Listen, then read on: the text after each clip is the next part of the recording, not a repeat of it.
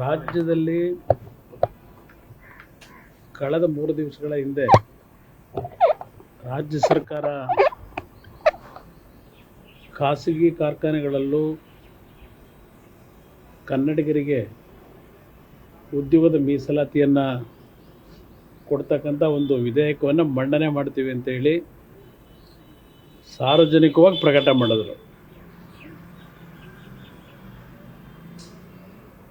ನಾವೇನೋ ಕನ್ನಡಿಗರ ಪರವಾಗಿದ್ದೇವೆ ಅಂತೇಳಿ ಈಗ ಆಗಿರ್ತಕ್ಕಂಥ ಹಲವಾರು ಅಕ್ರಮಗಳೇನಿದೆ, ಅಕ್ರಮಗಳನ್ನು ಜನತೆಯ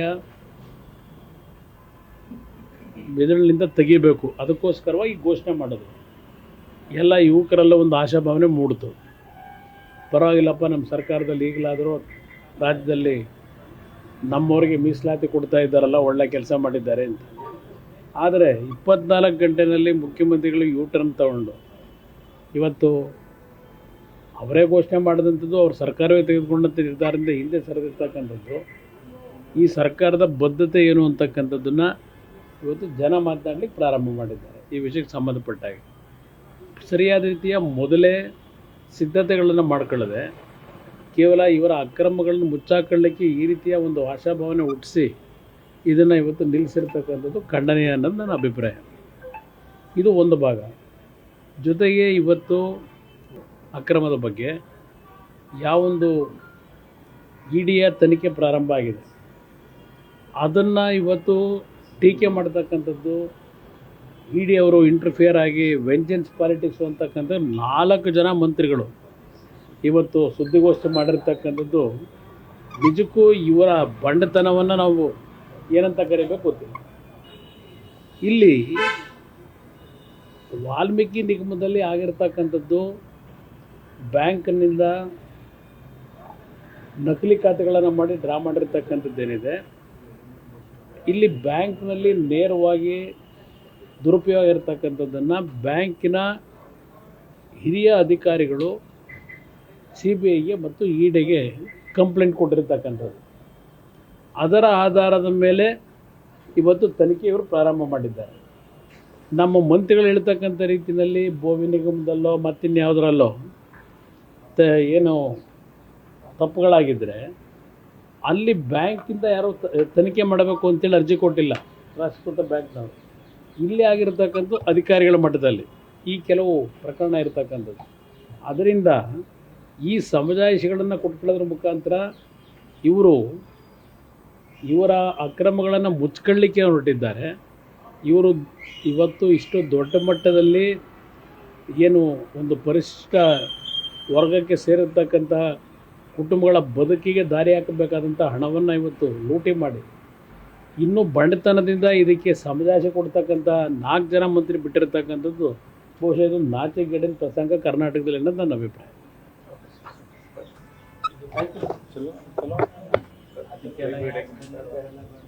ನೀರು ಹೋಯ್ತಾ ಇದೆ, ಒಂದು TMC ಅಲ್ಲ.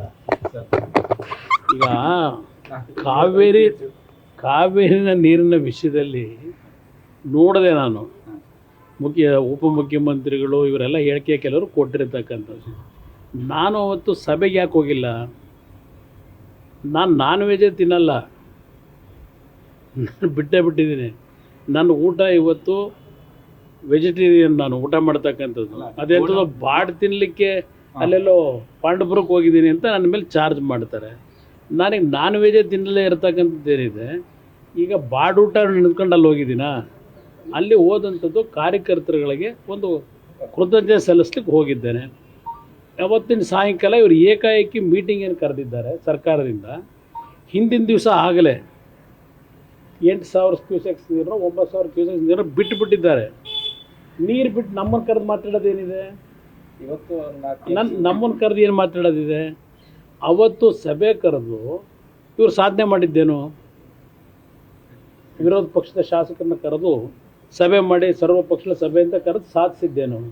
ಏನು ಸಂದೇಶ ಕೊಟ್ಟರು?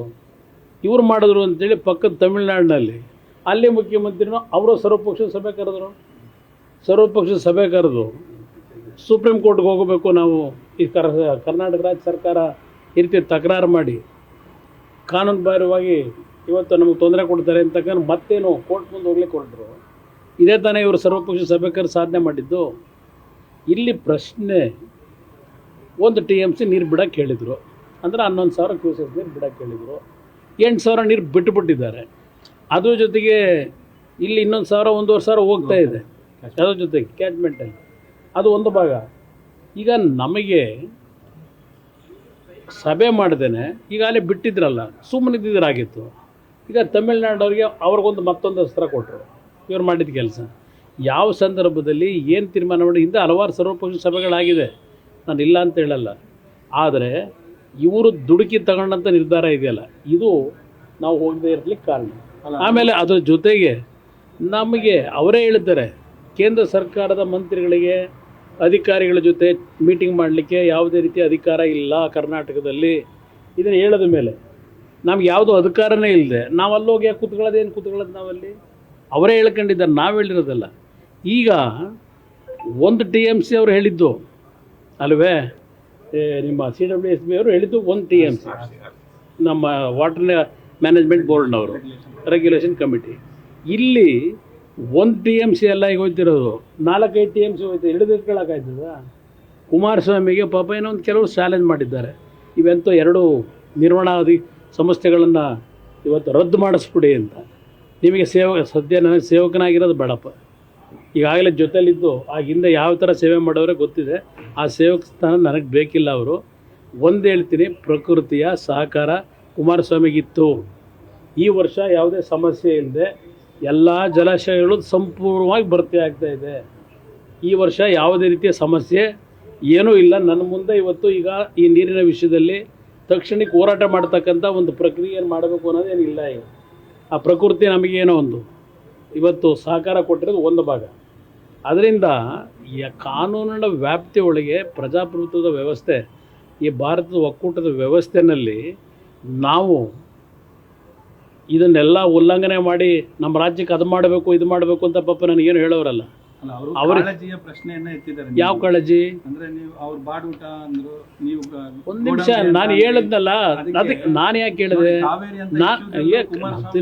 ಅದನ್ನೇ ಹೇಳೋದು. ಹೌದು, ನನ್ನ ಕಾಳಜಿ ಇರೋದಕ್ಕೆ ಭಗವಂತ ನೀರು ಬಿಟ್ಟು ಇವತ್ತು ಮಳೆ ಬರೆಸ್ದ. ನಾನು ದೇವ್ರಿಗೆ ಪ್ರಾರ್ಥನೆ ಮಾಡೋದಲ್ಲ, ಅದರಿಂದ ಇವತ್ತು ನೀರು ಬಂತು. ನನಗೆ ಕಾಳಜಿ ಇರೋದಕ್ಕೇನೆ, ಆ ಕಮಿಟ್ಮೆಂಟ್ ಇರೋದಕ್ಕೇನೆ ಆ ಭಗವಂತನ ಆಶೀರ್ವಾದ ಇದೆ. ನಾನು 2 ಬಾರಿ ಮುಖ್ಯಮಂತ್ರಿ ಆದಾಗಲೂ ಕಾವೇರಿ ನೀರಿನ ವಿಷಯದಲ್ಲಿ 2 ಬಾರಿ ಮುಖ್ಯಮಂತ್ರಿ ಅವಧಿಯಲ್ಲೂ ನನಗೆ ಎಂದೂ ಸಹ ಈ ಒಂದು ವಿಷಯ ಒಂದು ದೊಡ್ಡ ಹೋರಾಟಕ್ಕೆ ಬರಬೇಕಂತ ಪರಿಸ್ಥಿತಿ ಬರಲೇ ಇಲ್ಲ ನನಗೆ. 2 ಬಾರಿನೂ ಭಗವಂತ ನನ್ನ ಕಾಪಾಡಿದ್ದ. ಈಗಲೂ ಇವತ್ತು ಈ ನನ್ನ ಬಗ್ಗೆ ಟೀಕೆಯನ್ನು ಮಾಡಿದ್ರು, ಆ ಟೀಕೆಗೆ ಆ ಭಗವಂತ, ಆ ಪ್ರಕೃತಿಯು ಸಹಕಾರ ಕೊಟ್ಟಿದ್ದ. ನ್ಯೂಸ್ ಫಸ್ಟ್, ನಿರ್ಭೀತಿಯಿಂದ ನಿಮ್ಮ ಪರವಾಗಿ.